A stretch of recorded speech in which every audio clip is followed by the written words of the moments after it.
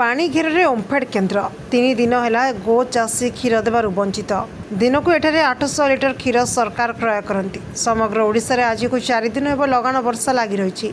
Bill बाड़ी कूआ पोखरी में आवश्यकता अधिक पानी हेबारु चाषी कूल बहुत हैरान भोगवाक पड़ी। किछि स्थान में बांकी डमपड़ा ब्लॉक अंतर्गत ढंसर ग्राम में यार प्रभाव देखा मिली। पानी घेर भितर रही कटक दुग्ध संघ और ओमफेड क्षीर संग्रह कार्यालयटी।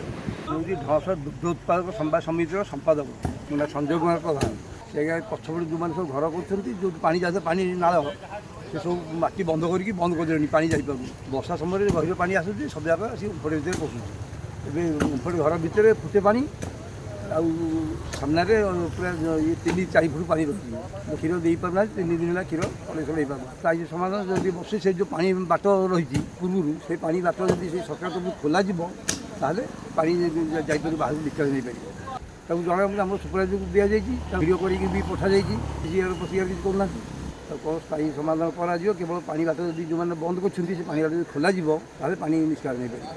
कार्यालय भितर मुंडे उच्चर पानी थिबारु कौनसी सरकारी कार्यकर्ता भितर को जाई न पारिबारु ऑफिस बंद रहुछि।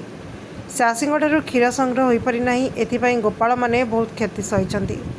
वर्षा दिन में किपरि जल निष्कासन हेबो तार तुरंत समाधान बांकी डमपड़ा ब्लॉक प्रशासन करबा उचित। डमपड़ारु सुब्रत कुमार नायकଙ୍କ रिपोर्ट आवाज मीडिया।